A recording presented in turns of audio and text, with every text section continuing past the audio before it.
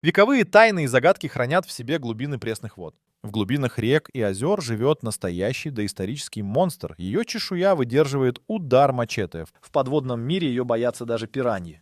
Встреча с этой рыбой может привести к неминуемой гибели. Множество легенд строится вокруг этого пресноводного. Рыба арапайма. В Амазонке обитает самый настоящий динозавр. Это гигантская рыба арапайма, которая в длину может посоревноваться с ростом взрослого мужчины. А иногда и двух. Одна из самых загадочных рыб на нашей планете обитает в бассейне реки Амазонки на территории Перу, Бразилии и Гаяны. Толстая броня из чешуи, язык из кости, тело из сплошных мышц. Вот что представляет собой этот доисторический монстр. Арапайма имеет множество имен. Ее называют также пираруку, пураруку, пайче, гигантской арапаймой и бразильской арапаймой. Индейцы Бразилии прозвали ее пираруку. Это название переводится как «красная рыба». Закрепилось оно по причине ее красного мяса и яркого цвета на чешуе в хвостовой части. Гвианские индейцы зовут эту рыбу арапима. По этому переводу главным становится ее размер, а не цвет. В переводе арапима означает «гигантская». На данный момент был зарегистрирован один случай встречи с по-настоящему гигантской арапаймой. Рекордный размер достигал 2 высоких взрослых мужчин. В среднем в наше время встречаются рыбы до 3,5 футов. Ее трубчатое тело, приплюснутая голова, мощная пасть с острыми и длинными зубами буквально кричат о ее доисторическом происхождении. Специфическое строение хвостовой части напоминает весло. Оно нужно для того, чтобы ускоряться в необходимый момент. Арапайма является в своем роде динозавром. Она плавала в водах Амазонки еще с мелового периода. Эта пресноводная царица появилась на Земле 135 миллионов лет назад. Этот речной монстр застал даже тираннозавра. Не секрет, что для того, чтобы сохраниться со времен динозавров, необходима удивительная живучесть. Это обеспечивает ее способность дышать атмосферным воздухом. У арапаймы есть специальный орган – лабиринтовый аппарат. Он позволяет ей использовать кислород из воздуха. Каждые 15 минут пресноводная всплывает на поверхность и делает вдох. Если она его не сделает, то может утонуть в течение 20 минут. В водах Амазонки многие рыбы задыхаются от мутности водоема и умирают при засухе, но не арапайма. Благодаря этому органу крупная пресноводная может выживать в самых экстремальных условиях. Только охота заставляет арапайму подняться со дна к поверхности. По своей природе рыба является хищником, который нападет на жертву из засады. Всего одного удара может хватить, чтобы убить человека, а для обычной ее пищи, мелких рыб, шансов на выживание нет. Представьте себе мощный пылесос размером с лодку, который внезапно включается и начинает всасывать все вокруг. Так охотится арапайма. Ее огромная пасть позволяет раскрываться и создавать мощный поток воды, который засасывает добычу ей в глотку. А костный язык позволяет перемалывать добычу. Это настоящая мясорубка. Арапайма по праву может называться летучим монстром, так как обладает специфическим умением охоты и защиты. В ее рацион входят не только рыбы, но и птицы, сидящие близко к воде. Для того, чтобы поймать их, она выпрыгивает из воды и молниеносно засасывает. Помогает арапайме ее хвост, который отталкивает ее от поверхности. Удар хвоста приходится о воду, как в удар кувалдой. Подобным образом она защищается от ловцов, к которым она попадает в сети. Поэтому рыбалка на рыбу арапайму может быть смертоносной для человека. Когда рыба попадает в сети, ее хвост становится главным оружием, с помощью которого она выбивается из рук охотника. Пресноводный гигант имеет зловещую репутацию, так как есть случаи нападения на человека. Были инциденты, когда удар тяжелым хвостом ломал ребра или руку профессиональному рыболову. Напасть арапайма может, если попадает в сети или когда защищает свои гнезда с икринками. Существует миф, что арапайма целенаправленно может напасть на человека. А в некоторых случаях даже съесть. Это ложь. Арапайма может совершить нападение только если подвергнуть ее смертельной угрозе. Если рыбу не трогать, то нападать она не будет. Человек не входит в рацион питания гиганта. Образ арапаймы у местных народов стал легендой. Для многих это существо может быть мифическим. Эта сакральность рыбы началась от индейцев, и отголоски остаются среди местных народов Амазонии до сих пор. Размножение арапайм – не скучный процесс. Этот вид рыбы, обитающий в пресных водах бассейна Амазонки, размножается в сезон дождей, что создает идеальные условия для появления потомства. Во время размножения самец и самка арапаймы становятся партнерами, что проявляется в их совместных поведениях. Самец приближается к самке, и они начинают совершать определенные движения, которые помогают им соединить свои тела. В процессе нереста самка откладывает до 20 тысяч икринок, которые самец оплодотворяет. Женские особи арапаймы становятся половозрелыми только к 5-летнему возрасту. В этот период их длина соразмерна взрослой женщине. Самки арапаймы откладывают икру в неглубоких ямах. Свое гнездовье самка начинает подготавливать заранее. Она обустраивает его в теплом велотекущем водоеме или там, где вода совсем стоячая. Главное, чтобы дно было песчаным. Самцы оплодотворяют икринки и охраняют их. Забота о потомстве – еще одна особенность этих рыб. Исследования показывают, что самец может даже строить гнездо из растительности для защиты икры. Когда икринки начинают вылупляться, самец тщательно оберегает молодняк и сопровождает их в поисках пищи. Самец остается с мальками и кормит их из своего глаза. Да-да. Рядом с глазом у отца семейства есть железы, которые выделяют вещество, которое становится пропитанием для мальков. Сотни маленьких мальков кружат возле отца и пьют рыбье молоко из его глаз. Это вещество является еще и сигналом для детишек о том, где находится отец, так как имеет сильный запах. Его еще могут называть рыбьим молоком.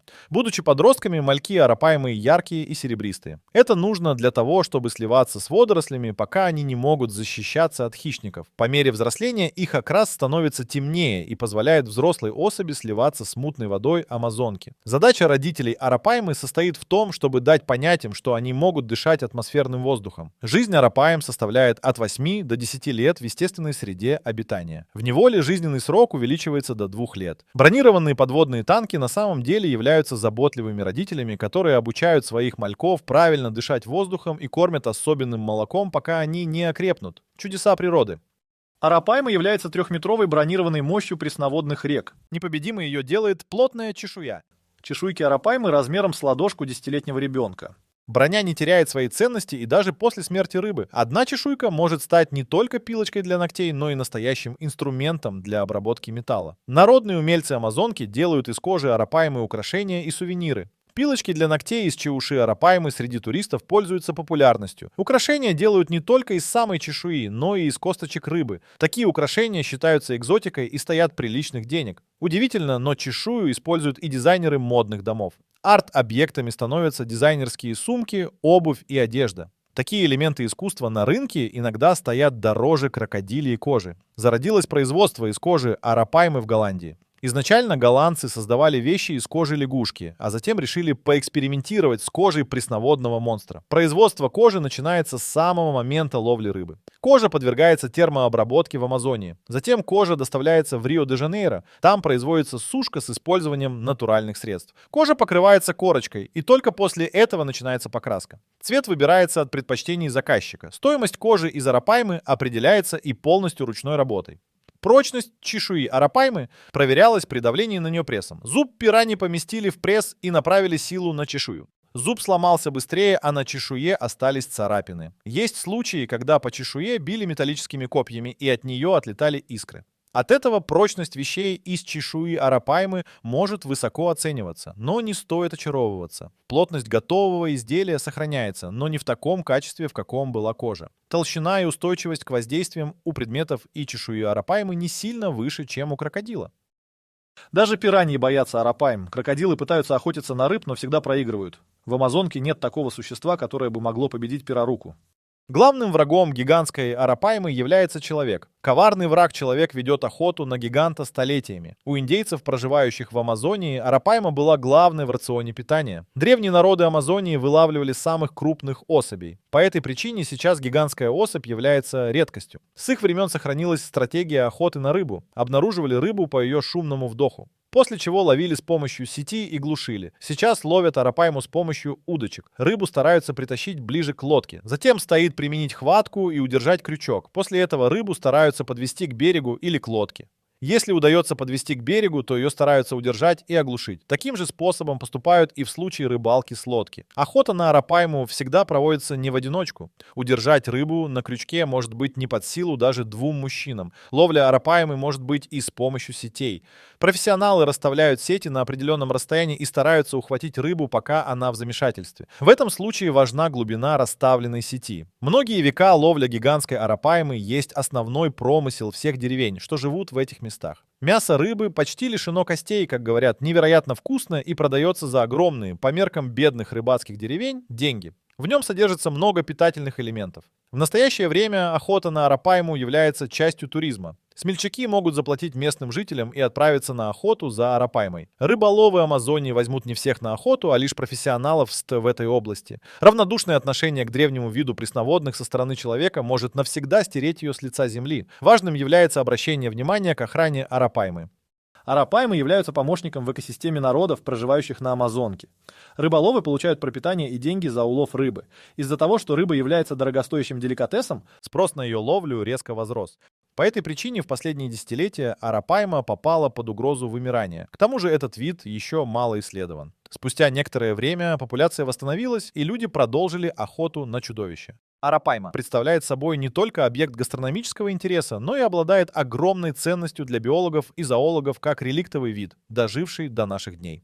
В некоторых странах Южной Америки введен строгий запрет на ее вылов. В местах, где поголовье рыбы достаточно многочисленная, рыбалка разрешена, но при наличии определенной лицензии, специального разрешения и в ограниченных количествах. Правда, местные жители продолжают улов рыбы. Среди рыболов Амазонки есть четкие границы, количество ловли. Арапайма некоторое время являлась основным рационом Амазонии. По этой причине у жителей есть уважение к природе и живому рядом с ними. Правда, нередки случаи, когда местные амазонки могут подать жалобу на чужаков, которые пренебрегают запретом на ловлю. Человеческий фактор способствует уменьшению арапаймы в размере. Если раньше в Амазонке плавали небольшие автомобили, то сейчас чаще можно встретить рыбу размером с велосипед. Содержание пресноводного гиганта в аквариумах, океанариумах, крупных публичных аквариумах по всему миру способствует сохранению популяции арапайм. Как и многие другие пресноводные рыбы, арапайма испытывает давление со стороны человека в виде чрезмерного вылова и потери естественной среды обитания, что подчеркивает важность охраны этого великолепного существа и его родной среды. несмотря на опасность, которая подстерегает ловцов, арапайма не теряет популярности как деликатес. В каждом кафе Амазонии вы сможете найти блюдо из мяса динозавра.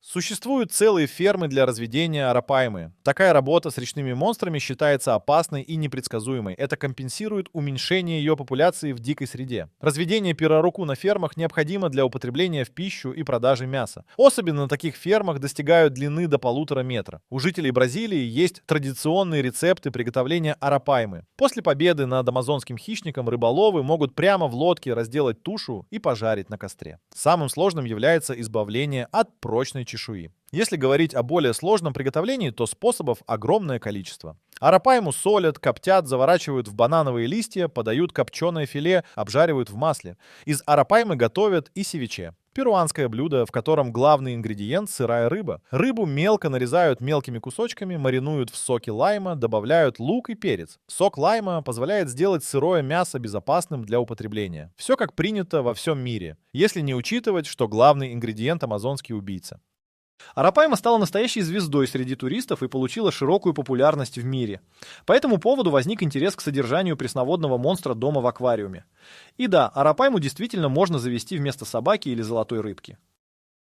Для того, чтобы приручить необыкновенного питомца, необходимо позаботиться об аквариуме. Подводный танк с плавниками требует в 2 раза больший объем аквариума, чем другие рыбы. Если вы купите рыбу-подростка и не позаботитесь о просторном помещении, то за считанные месяцы рыба перерастет свою комнату. Подходящим аквариумом может стать отдельная комната или бассейн, чтобы наш Бобик не скучал. Арапайма не относится к спокойным рыбам. Ее перемещения очень импульсивны. Ведет рыба и активный образ жизни, ей не свойственно спокойно плавать по дну. По этой причине в аквариуме высоки вероятны повреждения рыбы об аквариум. Для того, чтобы предотвратить травмы у хищника, лучше сделать круглые стенки у аквариума. Также стоит добавить соседей, которых арапайма захочет съесть и начнет активно маневрировать. Из-за своей летучести и потребности в воздухе арапайме необходима специальная крышка аквариума. Крышка должна быть плотной и выдержать удар хвоста рыбы. Освещение лучше ставить над защитным стеклом, так как рыба при полете может задеть лампы.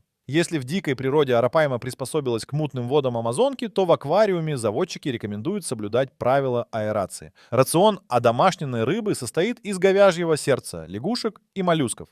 Чистка аквариума должна производиться строго по расписанию, не реже раза в неделю. Загрязняется аквариум от рыбы очень быстро.